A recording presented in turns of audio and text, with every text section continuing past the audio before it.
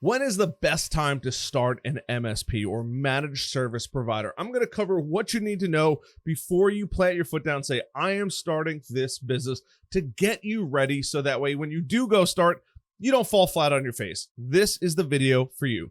My name is Harrison Barron from growth-generators.com. We help MSPs with sales training and marketing. Before I get into today's video, two quick things as always. Masterclass down below. If you've never been, you definitely want to go check it out. It is worth your time going to check it out. The second thing is come hang out in the Discord. It is a thriving community of people either starting an MSP all the way up into the millions of dollars of business that are there to either help you and just contribute, because you might know something that they don't know and they probably have something that they could teach you as well. So let's get into the actual meat and potatoes of the business. The first thing that you have to understand before you do anything else is, what is the MSP business model?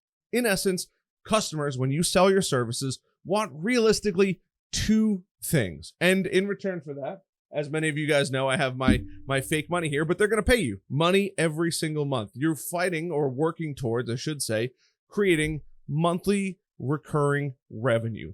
That is money that comes in every single month, month after month, into your pocket. So what are those two things that customers actually expect? Number one, they want to be able to call somebody and say, hey, my computer is not working correctly. Can you fix this? And in which case, you're probably going to say, yes. It could be your computer. It could be the printer not connecting. It could be anything basically technology-wise other than digital. Websites and all that kind of stuff is different. But if you are their service provider, they're kind of expecting you to just take every phone call and fix everything that's going on. That's number one. Number two is they want to go to bed on a Friday night knowing Monday morning everything is going to work correctly. I know it sounds kind of silly and you're like, well, obviously, but you'd be surprised how many business owners go to bed at night unsure that their system is going to get hacked, if their network's going to go down. The long list of horrible thoughts go through that business owner's mind while you're even working with them. They want to go to bed on a Friday night or even a Thursday knowing that the next day or the next business week, nothing is going wrong. So that is number one, as far as you just have to understand the business model. The second part of it is market analysis and readiness. Now, this is kind of a twofold. One, you have to be ready. There's quite a bit that goes in on that. You have to not only know the business a little bit, but you have to be fairly tech savvy. You can still start one without any business knowledge, but you have to know at least the basics of tech. You should be able to know how to wipe and reload computers, potentially even get a little bit involved in networking, maybe some patch management, but you should have some kind of experience in technology for the most part. Now, this isn't required for everybody. If you are a naturally gifted salesperson, you're probably going to want to hire this person right off the bat. But if you're not that person, don't worry. But you do want to cut your teeth, especially if you are younger, in some kind of tech role. That could be working for an MSP, that could be working as help desk support, that could be working in just tech support in general. There are so many avenues, but getting you used to and getting you involved in tech is really, really important, because you have to have some level of comfortability around that area. And then after you have that, you don't want to just say, well, I'm going to go start a business and then everyone is your competition. You want to do some kind of market analysis. And a market analysis is just seeing, if you're going to specialize in something, how many other MSP vendors out there specialize in that, especially in your local area? How much competition is there really? Are you going to be a more generalist where you're going to be out networking at your local chambers of commerce and trying to get every little bit of information?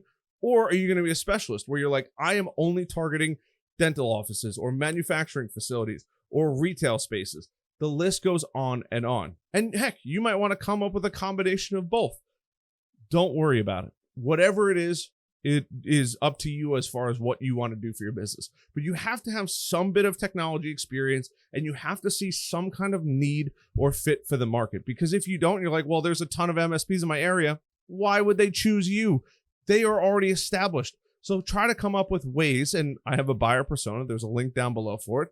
Go through that buyer persona, paint out your dream client. It'll help you tremendously through this process. But you want to make sure that if you were to create something new or a new MSP, that there is a fit for the market. Or maybe there are no MSPs in the area, which, hey, even better. You never know until you start looking at what is in the market and making sure that you have the tech skills necessary. Next is going to be financial planning.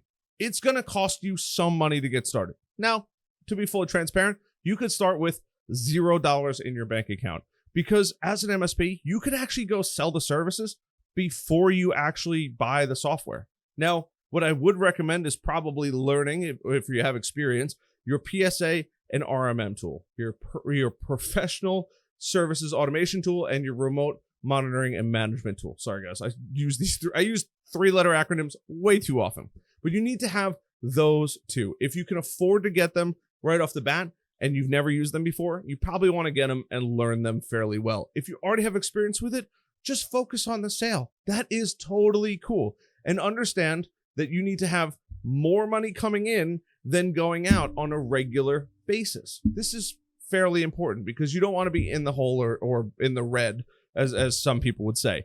But you have to make sure that you're making more money than you're currently spending. Try to keep your expenses fairly low when you're first starting out. There's 3 softwares that I always recommend: your PSA tool, your RMM tool, and your CRM. We're going to go 3 on this hand, but your CRM, your customer relationship manager, to keep track of all the business cards you get, all of your contacts, all of your deals, all of that good stuff in one place. I highly, highly recommend that. And to be aware of, knowing that, hey, if you're dealing with compliance business or compliancy businesses, such as medical facilities that have HIPAA, financial facilities that have FINRA, there are tons of rules and regulations. Be aware that things are going to cost quite a bit more money than they would be if it was just a generic or plain business that didn't have to go through compliance. And then after that, you're ready for launch. Now, this is very simple, but you are actually ready to launch.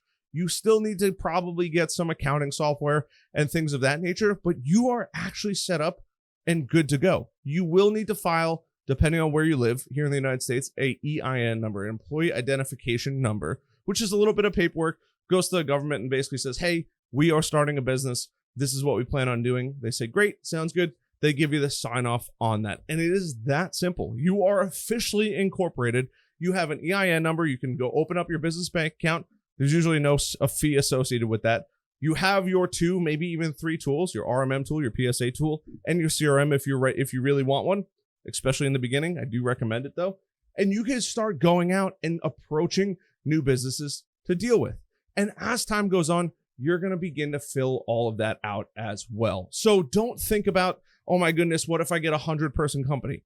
It's much easier to be closing that company and saying, I need to go figure out how to support them, than painting a paralysis analysis of what happens if a 100-person company comes up to me and wants to work with me. Trust me, go with the flow. If you're new to the MSP world or you're interested in it, I also do have something to help MSPs grow exponentially quicker.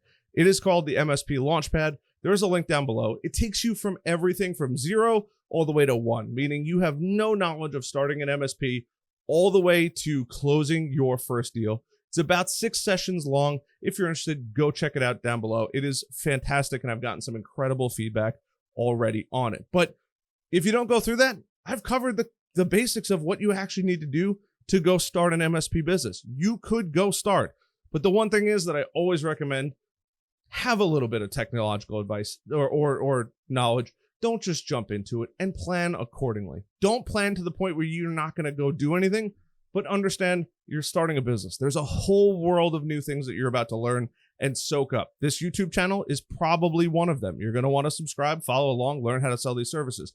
But there are tons of other beneficial resources out there for you to learn from.